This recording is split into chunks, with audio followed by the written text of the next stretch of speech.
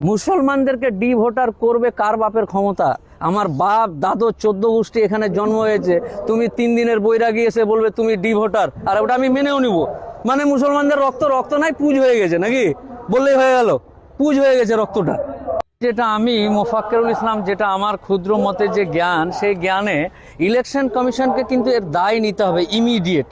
কারণ গোটা রাজ্যে এসআইআর এর নাম করে, এসআইআর সিস্টেমেটিক পদ্ধতিতে চলবে, সবই ঠিক আছে, কিন্তু এসআইআর দ্রুত করার ক্ষেত্রে এআই দিয়ে, আধুনিকতার যুগে মানে এআই দিয়ে যদি কেউ এসআইআর করানোর চেষ্টা করে, স্টাফ না নিয়ে বা মানুষ না নিয়ে, আগে মানুষ বাড়ি বাড়ি গিয়ে সমস্ত ডিটেলস দিত, এখন সিরাজুলের নাম সি দিয়ে, এআই করছে সি দিয়ে, বলে সিরাজুলের নাম সবই জায়গায় এস দিয়েই আছে। এরকম করে বিভিন্ন রকম বিভ্রান্ত, এটা নতুন করে বলার ব্যাপার না। রাজ্যের মানুষ এই বিষয়টাতে, হিন্দু মুসলমান সবাই, রাজ্যের সাধারণ জনসাধারণ এসআইআর নিয়ে ক্ষুব্ধ এবং বিক্ষুব্ধ, যেটাই বলুন না কেন, কারণ এবং খুবই অশান্তিতে আছে।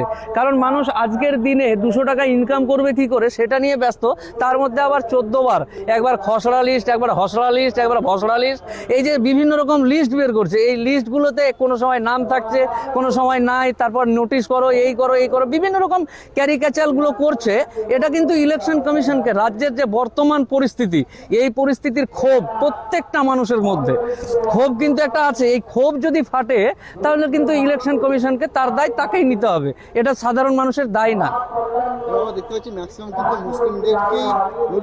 মুসলিমদেরকে টার্গেট করা হচ্ছে, বা এই যে সংবাদ প্রতিদিনে একটা খবর বেরিয়েছে, 17ই জানুয়ারি সংবাদ প্রতিদিন, ওখানে খবর বেরিয়েছে যে রাজস্থানে বিজেপি মুসলমানের যেন নাম বাদ দেয়, এর জন্য চাপ দিয়েছে বলে বিএলও যারা এটার দায়িত্বে আছে, সে আত্মহত্যার মতো পরিস্থিতি বা আত্মহত্যা করতে গেছিল।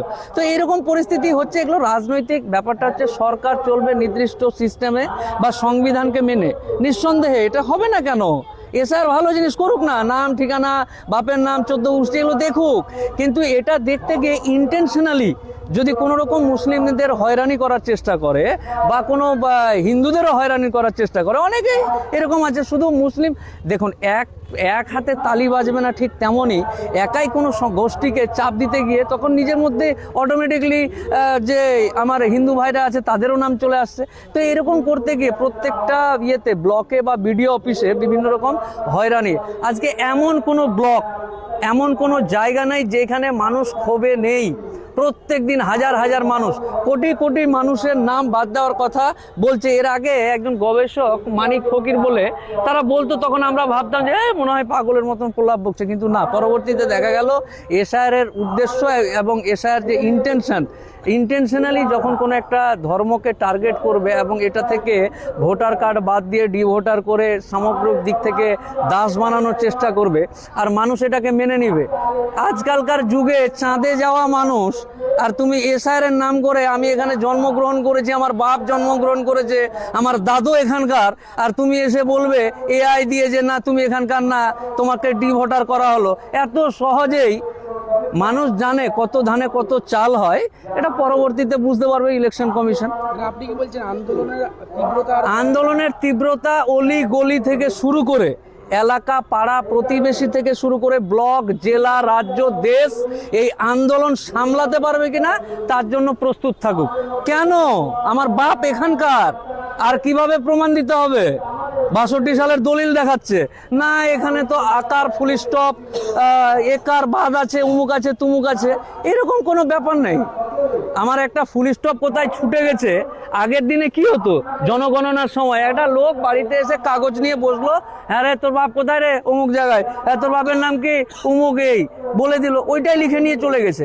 এখন কাগজপত্র এবং এর যুগে তুমি যদি ফুল স্টপ আর আকার একারের জন্য নাম বাদ দাও, তো বাবা তুমি তৈরি থাকো ইলেকশন কমিশন।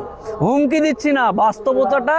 একজন উকিল মানুষ ইলেকশন কমিশনকে, ভারতের নির্বাচন কমিশনকে পরামর্শ দিচ্ছি, সুপরামর্শ ফ্রিতে, একজন আইনজীবী হিসাবে, যে এই যে ফুল স্টপ আর আকার একার নিয়ে মুসলিমদের নাম বা জনসাধারণের নাম বাদ দেওয়া হচ্ছে, এটা যদি কোনো কারণে এই লিস্ট থেকে এরা বাদ যায়, তাহলে সামলাবেন ভাই আপনারা আপনাদের।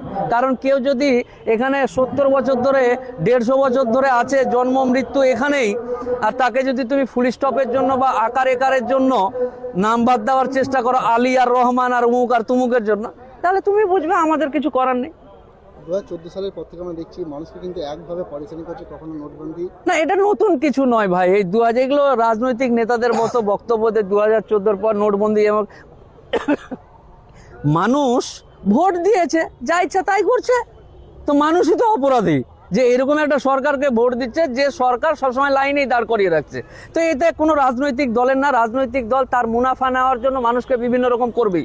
এতে তুমি এই ফাঁদে তুমি যদি মানে কি বলে বাঘে কি অনেক রকম উদাহরণ দেয় না, ফান্দে পড়িয়া বগা কান্দে। তো বগা তুই যদি কাঁদতেই চাস ভোট দিয়ে, তো কাঁদ। এতে নতুন করে ব্যাপার বলার নেই যে নোটবন্দি হোমকবন্দি, তো এগুলো জানা হয়ে গেছে, মানুষ ভুলে যায়, এরকম একটা ব্যাপার আছে। তো এটাই কিন্তু শেষ। এসআইআর, এই যে মানুষের হয়রানি করা, বাপের নাম নিয়ে আয়, দাদুর নাম নিয়ে আয়, এনআরসি, এই হেনা তেনা বেনা বিভিন্ন রকম, এটাই শেষ। এবং সরকার বা নির্বাচন কমিশন বা যে রাজনৈতিক দলগুলো দেশ বা রাজ্য চালাচ্ছে তারা বুঝতে পারেনি এখনো যে লাস্ট পেরেক এটাই। এসআইআর এর নাম করে যে টানাটানি করা হচ্ছে, এটা কিন্তু লাস্ট পেরেক। আর এইতে মানুষ এর আগে হিটলার বা বিভিন্ন রকম ব্যাপার স্যাপারগুলো আছে, আন্দোলন, গণ আন্দোলন, বিভিন্ন রকম ব্যাপার স্যাপারগুলো আগামী দিন অপেক্ষা করছে। আমি ফ্রিতে পরামর্শ দিলাম নির্বাচন কমিশনকে যেন অতি দ্রুত বিষয়গুলো আন্তরিকতার সাথে এবং সিস্টেমেটিক্যাল অনুযায়ী করে, কোনো রকম ইন্ধন ছাড়া।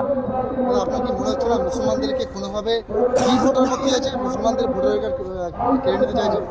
মুসলমানদেরকে ডি ভোটার করবে কার বাপের ক্ষমতা? আমার বাপ দাদু 14 গোষ্ঠী এখানে জন্ম হয়েছে, তুমি 3 দিনের বৈরাগী এসে বলবে তুমি ডি ভোটার, আর ওটা আমি মেনেও নিব? মানে মুসলমানদের রক্ত নাই, পুজ হয়ে গেছে নাকি? বললেই হয়ে গেল, পুজ হয়ে গেছে রক্তটা।